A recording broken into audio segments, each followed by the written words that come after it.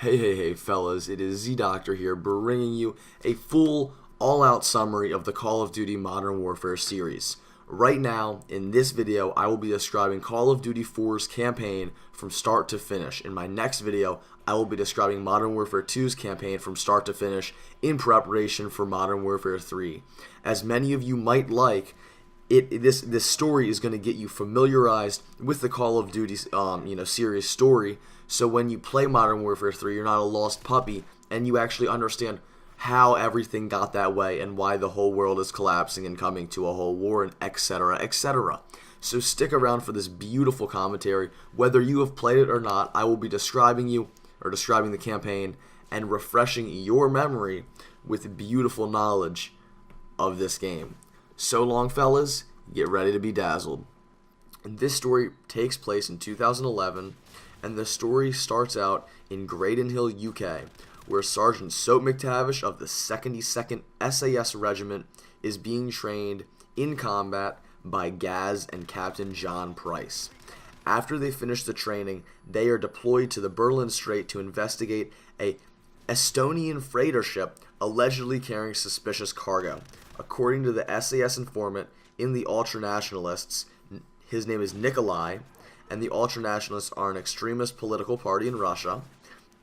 So because of Nikolai, they eliminate enemy presence on the cargo ship and find the shipment of plutonium, a substance used to create nuclear bombs. The ship is attacked by Russian MiGs in an attempt to stop the SAS from learning of this nuclear device, but they make it out before the ship sinks along with the shipping manifest. Meanwhile, Khaled al-Assad, leader of the political coup in an undisclosed Middle East country and sympathizer toward the Ultranationalists, assassinates the president of another undisclosed country, Yasser al-Funani, on national television. Now we move on to Act 1. So, after Yasser al-Funani is assassinated, the SAS go to rescue Nikolai, who has been exposed as an informant from the Ultranationalists. He is being held up in a camp in the Caucasus Mountains. They recruit the aid of Russian loyalists, the Good Russians, led by Sergeant Kamarov. Fighting their way through the small village, they are able to rescue Nikolai before he is executed. Marines of the 1st Force Reconnaissance Company, including Sergeant Paul Jackson and Sergeant Griggs, led by Lieutenant Vasquez, assault a TV station in order to capture al-Assad. They discover his broadcast of the killing of al-Funani is recorded. After failing to locate him, are reassigned to escort a long M1 Abrams tank, codenamed Warpig, out of a bog and into safety. They make their way out of the bog, encountering heavy resistance supported by the enemy T-72 tanks, and defeat the tank until it is able to get out of the bog. Defend the tank until it is able to get out of the bog.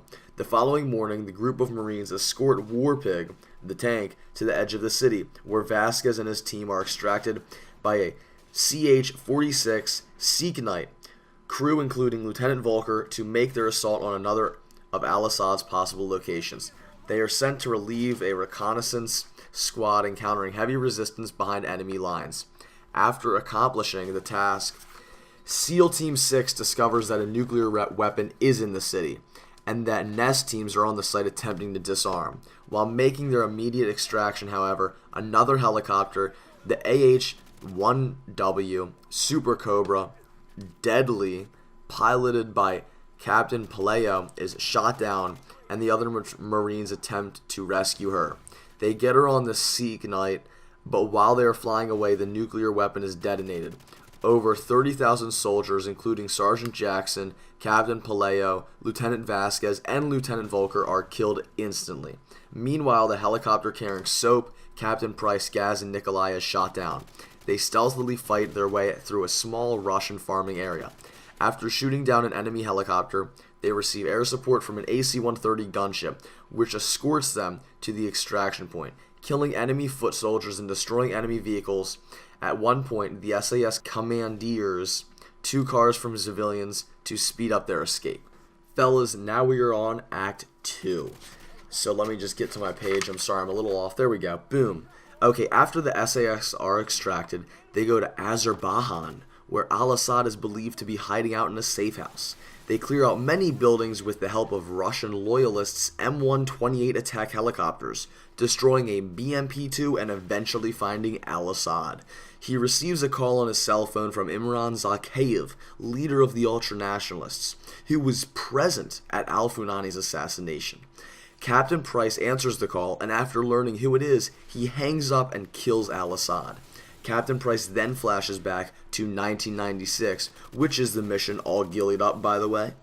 So 15 years ago, prior to Captain McMillan and Captain Price, then a lieutenant, were tasked with the assassination of Imran Zakhaev, who has been selling spent fuel rods from the disaster of Chernobyl, and he's been selling these on the black market. They were inserted in Pripyat, Ukraine, and they made their way to a large building in the city, eliminating and sneaking past multiple guards and attack dogs. After reaching the building, they waited for hours or days for Zakhaev, who was supposed to be making a deal with the Soviet troops. When he arrived, Macmillan identified him as the official target, thus allowing Lieutenant Price to shoot him. The resulting shot blows Zakhaev's arm off, and they thought that the blood loss from his whole arm being blown off would kill him, and they make their escape. They fight their way back through the city, but Captain McMillan was wounded on the leg by a crashing helicopter, and then Lieutenant Price was forced to carry him the rest of the way. They make their way further through the city and await extraction from the Sneak Knight helicopters. After defending themselves from numerous hostiles, the Sneak Knight arrives and they were extracted. Now we go back to the present day. The SAS, including Soap, Gaz, and Captain Price, ambush an attacking group of ultranationalists at the site of al-Assad's safe house. They make their way up to the designated extraction point, but after that, discovering that the location zone is within range of the enemy's SAMP sites, they are forced to make their way all the way back to where they started.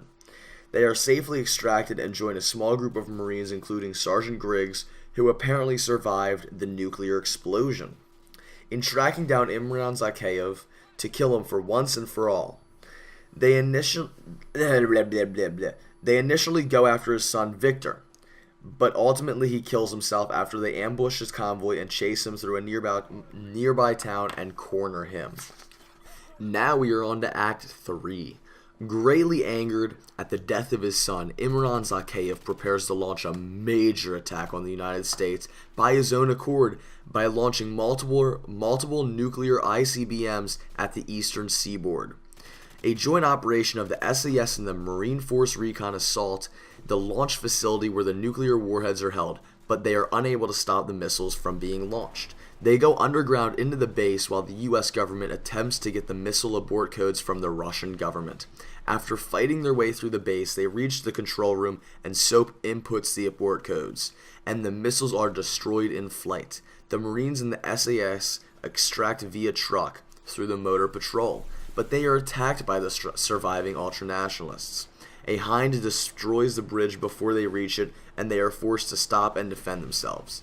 Imran Zakhaev arrives, and most of the SAS and Marines are killed, including Gaz and Sergeant Griggs. Tear, tear, cry, cry. Soap kills Zakhaev, however, and the loyalist Russians arrive to rescue them. Soap's visions fade, and a news anchor is heard, reporting on leadership/political struggles in Russia and the search for the lost Estonia freighter in the Berlin Strait, and that is being called off. The fates of Soap and Captain Price are unknown until the game's sequel, Call of Duty Modern Warfare 2. I will be reviewing the story mode of that beastly game next time. Thank you for taking your time to enjoy my wonderful content, and if you think this video deserves a like rating, please go ahead and do so.